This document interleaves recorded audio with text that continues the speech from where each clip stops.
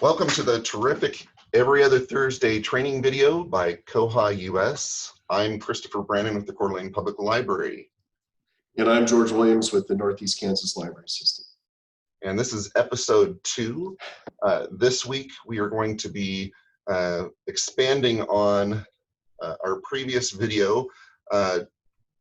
Previously, George introduced how to enhance the return cart feature so that it stands out a little bit better. This week we're going to enhance more statuses on the staff side so that those statuses stand out and are more distinguishable between each other.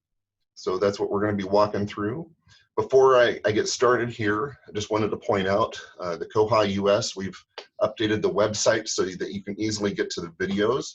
If you move to the Learn from koha-US page, up at the top, you'll see some quick links and you'll see koha-US videos, and that will take you straight to our videos where this one will be added soon. Cool. All right. So we're going to be talking today about some jQuery that can be added to enhance the statuses. Right now I've got those enhancements loaded. This is what it's going to end up looking like. You can see the enhancement that we talked about last time that George went through to enhance the recently returned. Now we're going to be enhancing all of these statuses over here. I'm going to jump over to the jQuery real quick and pull those out so that you can see what it looks like without. So this is what it looks like without those. In fact, I took out your recently returned. You killed that one too, yeah. Sorry about that. So that's all right. Things kind of blend in here. It's pretty drab, and you kind of have to stop and think a little bit more about what you're looking at. You know, there's some things that stand out with the loss and damage and withdrawn, but I wanted to add some jQuery where everything stood out a little bit more. It was a little bit more obvious what you're looking to, and your eye naturally gravitates towards the things that you're looking for. So that's where this came from. So I'm gonna jump back over to our jQuery. So now this enhancement is only on the staff side. I don't have anything developed for the OPAC side. If you wanted to do something, you could. Not all the details are the same on both sides for the statuses. Obviously, there's not patron information on the OPAC side. So there are some things that can be translated over to the public side, but my enhancement here is focusing strictly on the staff side. Well, and I'll tell you why I didn't add anything to the OPAC is because, you know, this primarily affects things that are missing and lost are some of the things that it affects. And we have all those items. If they're lost or missing, we use OPAC hidden items to just hide those items. Yeah. So for us, there isn't anything, there are only a couple of things that this would actually affect in the OPAC because we hide all those from patrons anyway. So yes, why bother enhancing the OPAC? You could take a few of the pieces that you want that do translate over, and you could adjust them accordingly to the public side. So I'm going to walk us through the portions. I've broken this down into 3 sections. This is available in the Koha jQuery library. I have 2 versions out there. There's one for 18x versions, and I'm focusing on the 19x versions because that's what we're dealing with. I'll start out with this section. So I've got 3 groupings here. This first section that I've added is simply adding wrappers around different statuses. Some of the statuses had wrappers wrapped around them already for us to manipulate, but I'm adding wrappers to the remainders of those so that we can easily manipulate them. Basically, it's some way to identify those statuses so that we can point to them and do things with them. So I'm going to set that, and that doesn't really do anything. If I refresh this screen, you're not going to see any changes here. But what it does, let's take a look at this first one. This first section adds a wrapper to items with a not for loan status. So down here, we have a not for loan. I'm going to inspect that and open up that section here. So this basically added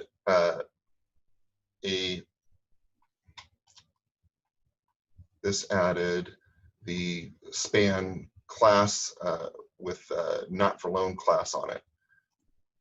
So that's what this is right here, this span. It wrapped and without that, there's no HTML element, right, that you can apply the jQuery to, right? Right. Let me pull that out of there real quick. And refresh that.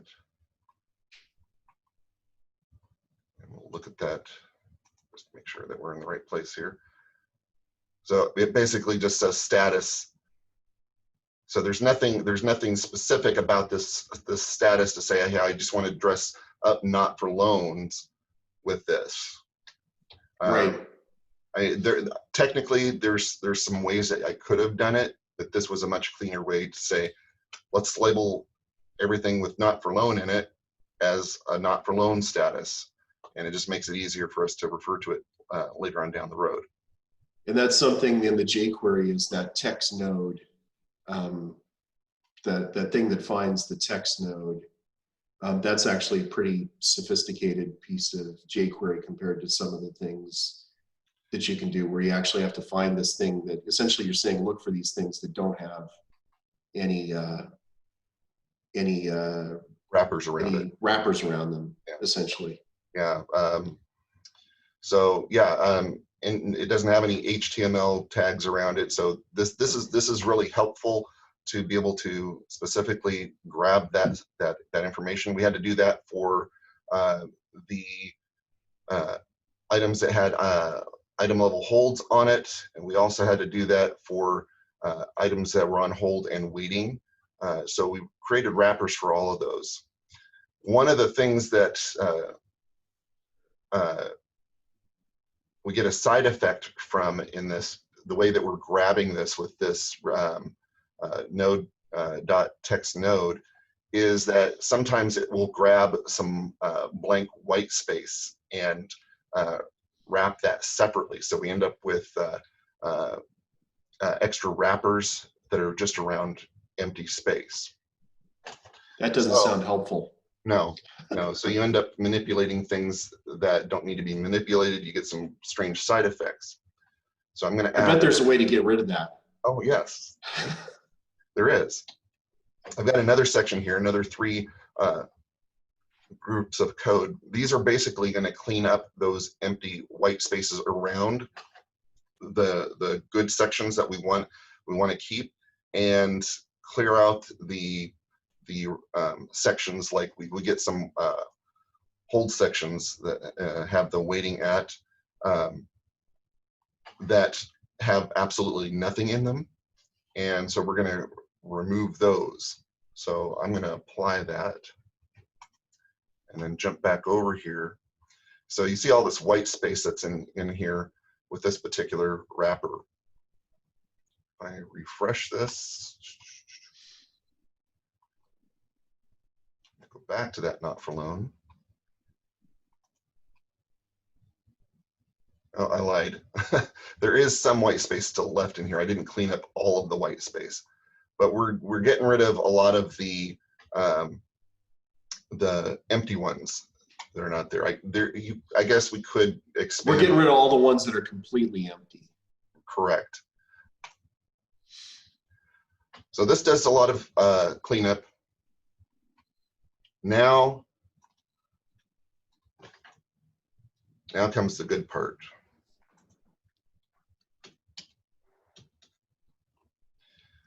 I've got 4 sections of code in here that are going to add our actual symbols and colors where needed. So for loss and damage, we're going to be adding the triangle bang, or another term for bang is the exclamation point. It's going to be adding the triangle with the exclamation point in it to statuses with the loss class and statuses with the damage class. So here's that section where it adds the actual symbol. And then any items that are in transit, they're going to get a truck symbol, and I'm coloring them orange. I kind of decided to go with orange for items that are in transition or a hold pattern. So anything that's on hold or in transit, it's going to be colored orange in this case. Not for loan, withdrawn statuses are given the crossed out or the ban symbol, and if it's not red already, it's going to be changed to red. And item level holds, things that are actually waiting, we're adding the info circle symbol to that status. That's for item level holds. And then the waiting holds, the actual waiting holds, are given the clock symbol, and they are colored orange. Remember, we're coloring the holds that are in transit or waiting orange. So where did people get the icons? Could you explain that? I know we explained that in the last video, but it might bear to, and I did put a link to that in the chat. Yeah, good question. I've never saved the place for it. I just simply do a search for FA font awesome and click on font awesome icons. It comes up in my results. And then I get all of these wonderful symbols. And if there's something specific that you're looking for, it has a dandy search bar, so I can find exactly what I need. And if you click on it, you can actually get the portion of code that you need just to stick it in there. Right. And the font awesome icons are already built into Koha, right? Yeah. So we don't need to do anything other than add that code, and they're there. Exactly. Really handy. I love font awesome fonts. So those lines of code, I said 4 earlier, that there are actually 5 groups of code there for those symbols. I'm going to save that. You're a librarian. We know you're not good at math, so you don't have to explain 4 or 5 to us. We know that. That's why I programmed that you're in the ballpark. I don't have to figure it out. Okay, so let's refresh this screen. And there are our symbols. So we had the band symbol added to the not for loan and the withdrawn, the triangle with the bang or the exclamation point added to lost and damaged items. We have the clock for items that are actually on hold and waiting. The information symbol for items that have an item level hold on them. The little truck for things that are in transit. The in transit and the hold are colored orange. Items that have what I call critical issues or concerning issues are colored red. I left alone the things that are available. If you wanted, you could enhance that one as well. You could put a check mark next to it or make it green or whatever you want to do with that. And the colors, people don't have to use those colors. If they want to choose different ones, they can choose whatever colors they want. Absolutely. So there's one more bit of code that I'm going to add to this to finish this up. One of the things that bugs me, especially because we have more columns in our bibs, details screen that kind of bunched this up a little bit more, and we end up getting this line that says, checked out to so-and-so. Obviously the name is longer on a real database, and it says due, and then the due date actually, right, the hold, it says hold for, and then it ends up wrapped on the next line. So that bugged me a little bit, so I add here, and this is basically going to find those sections where I'm using some regex to find the hold for or the due information, and add some indentation to it, hyphen, giving the word due a capital D instead of a lowercase d. So this is the line that we're going to be changing back around in the next line. It's indented and hyphened just to indicate it has to do with the previous line, and so does this one right here. Cool. So that's about it. Looks great. So again, these items, jQuery library, I believe if you search for status enhancement, it'll take you right to it. And I will update it actually to include more description of those sections. Right now it's without a lot of those descriptions. I'll add the descriptions in there so it's a little bit easier to understand what sections are doing what. But I'll keep that updated, and if I need to make any changes for the next version in 20, I'll put out a version for that as well. Cool. I look forward to all the changes that are coming with every version of Koha to mess up all this great stuff that we make. And so we'll be back in another 2 weeks.